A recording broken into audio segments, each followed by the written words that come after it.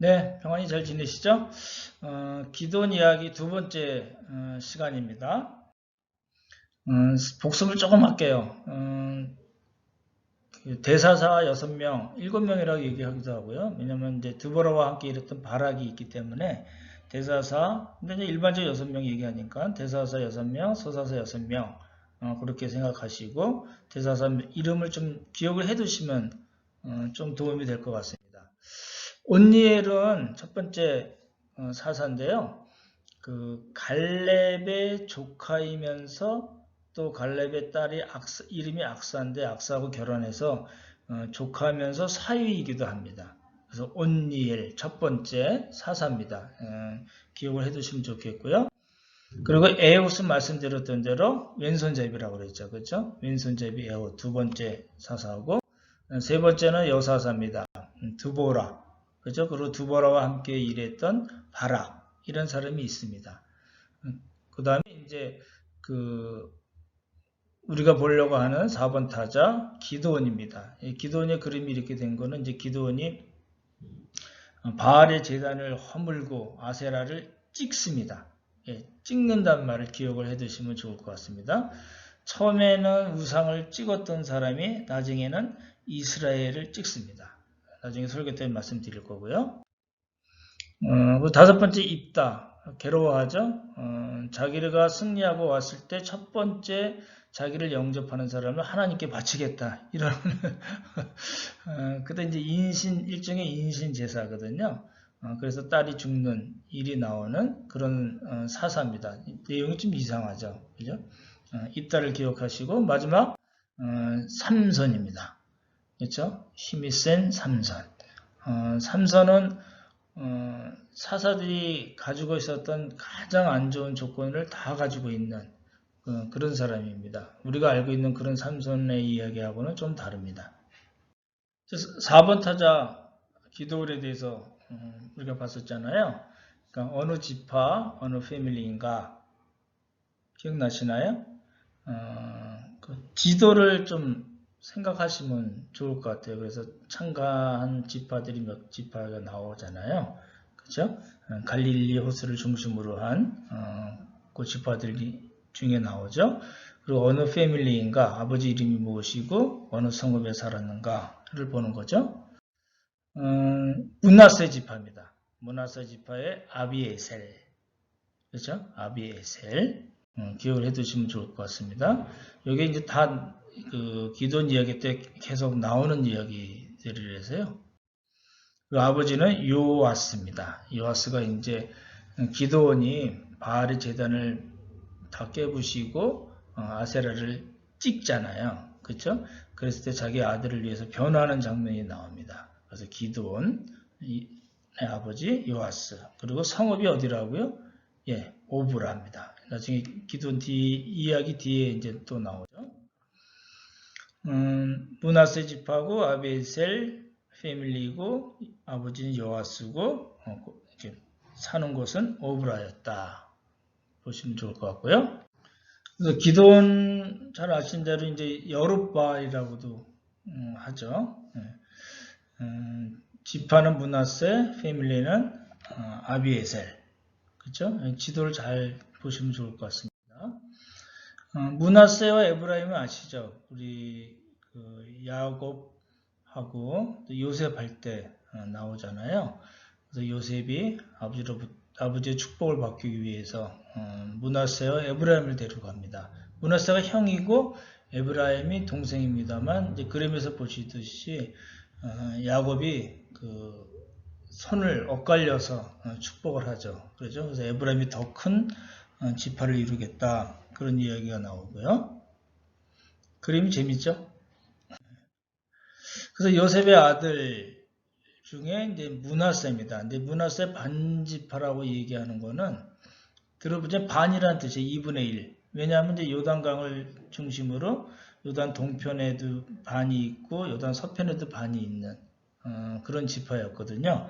그래서 이제 므낫세 반지파 이렇게 흔히 이야기합니다. 그걸 기억을 해두시면 좋겠네요. 그래서 요단 동편에는 루벤, 갓, 그 다음에 므낫세 이렇게 세 지파가 이제 땅을 차지하게 됩니다. 기돈 이야기 듣다 보면 이제 그 기돈 여호와의 사자가 기돈에게 나타날 때 이제 상수리 나무 아래 앉았다 이렇게 이야기가 나오거든요. 여호와의 사자가 아비에셀 사람 요아스, 아까 패밀리가 아비에셀이라고 그랬잖아요. 요아스는 기돈의 아버지, 그리고 사는 곳은 오브라. 거기에 이제 상수리 나무 아래 앉았다 이런 말이 나옵니다. 상수리 나무가 이런 거라고 합니다.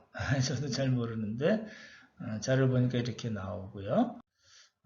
사사기 6장 11절에 보면 재밌는 장면이 나와요. 요아스의 아들 기드온, 기드온의 아버지가 요아스잖아요. 그래서 요아스의 아들 기드온 이렇게 돼 있는데 당시 이제 미디안 사람들이 그 이스라엘을 괴롭혔거든요. 그래서 미디안 사람에게 알리지 아니하려 하여 어디서 밀을 타작했다고요? 예, 포도주 틀에서 타작을 했다고 합니다. 좀 재밌는 이야기죠. 이제 일반적으로 타작마당은 조금 높은 곳에 있습니다. 바람이 좀 불고 넓은 곳입니다. 그렇죠? 넓은 곳인데 기드온은 이렇게 넓은 곳에서 밀을 타작하지 않았다는 얘기죠. 참고로 이제 올리브가 많이 나니까 올리브 기름 짜잖아요. 그래서 이제 올리브 기름 틀이 이렇게 생겼다고 합니다. 이제 소들이 이렇게 끌고 이렇게 빙빙 돌겠죠. 이스라엘 포도주 틀은 이제 대충 이렇게 생겼다고 합니다. 이제 포도를 이제 추수해서 포도주 틀에 넣고 이제 짓이기는 거죠. 그렇죠? 짓이겨서 포도주가 나오게 하는 그런 구조로 되어 있거든요.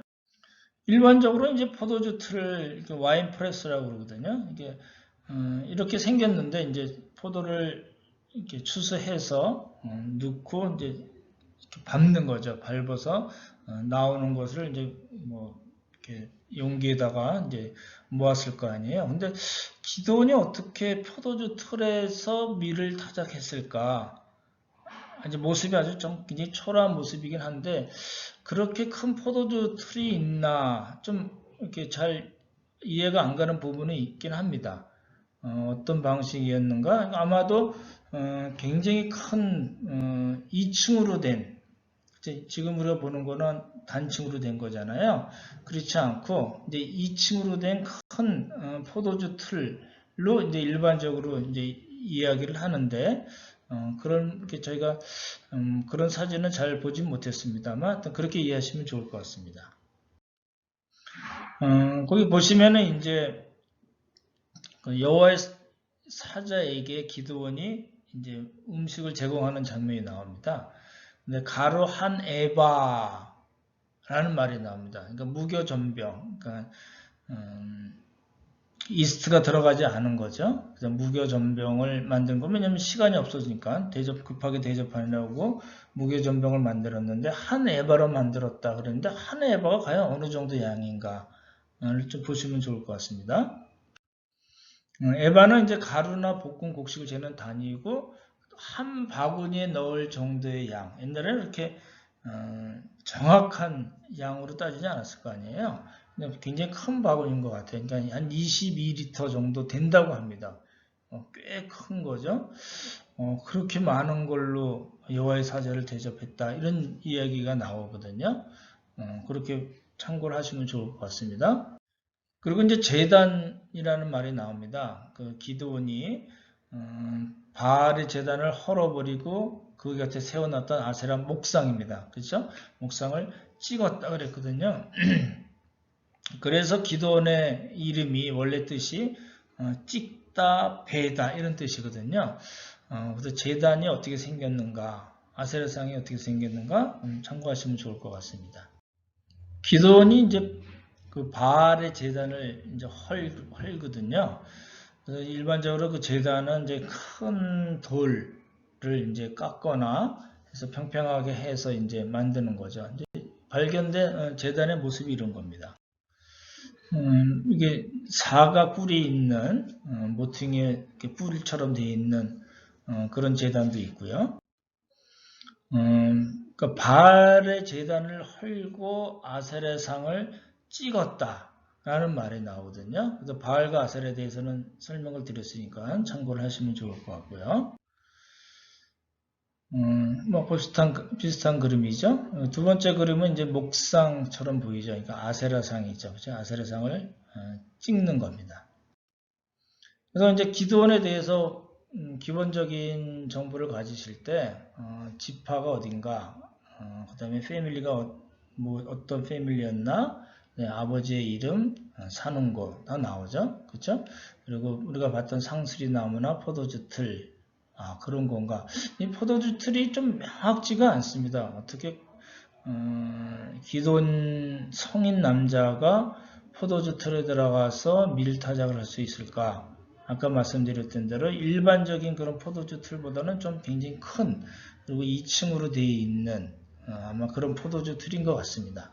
그리고 에바가 어느 정도 되는 건가? 네, 바알의 제단, 우리가 제단 모습을 봤고 바알과 아세라를 봤습니다. 그렇죠? 이런 기본적인 정보를 좀 많이 갖고 계시면 좋을 것 같아요.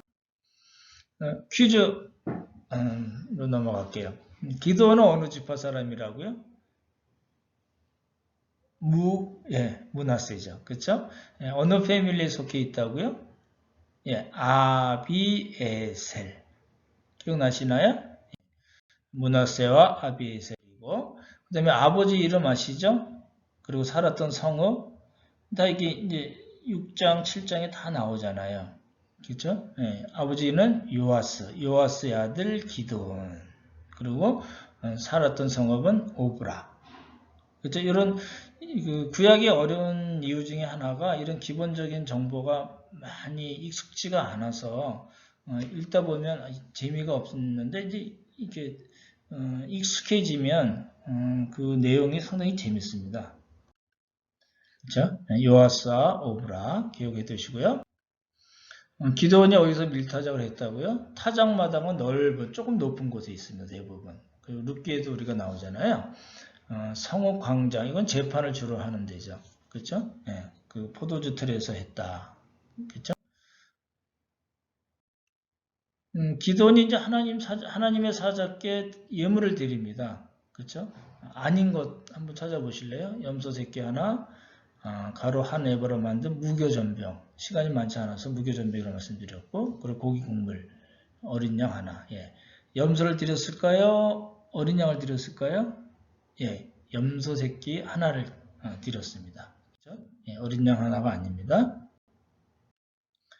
이제 하나님이 긴 시간을 거쳐서 여러 번 이제 기도원을 설득하시는 장면이 나오거든요. 그 다 하신 다음에 이제 하나님이 처음으로 기도원에게 명령을 내리세요. 어떤 명령을 내리셨을까요? 제사를 드리라고 했을까요? 아니면 바알 제단을 헐고 아세라를 찍으라고 말씀하셨을까요?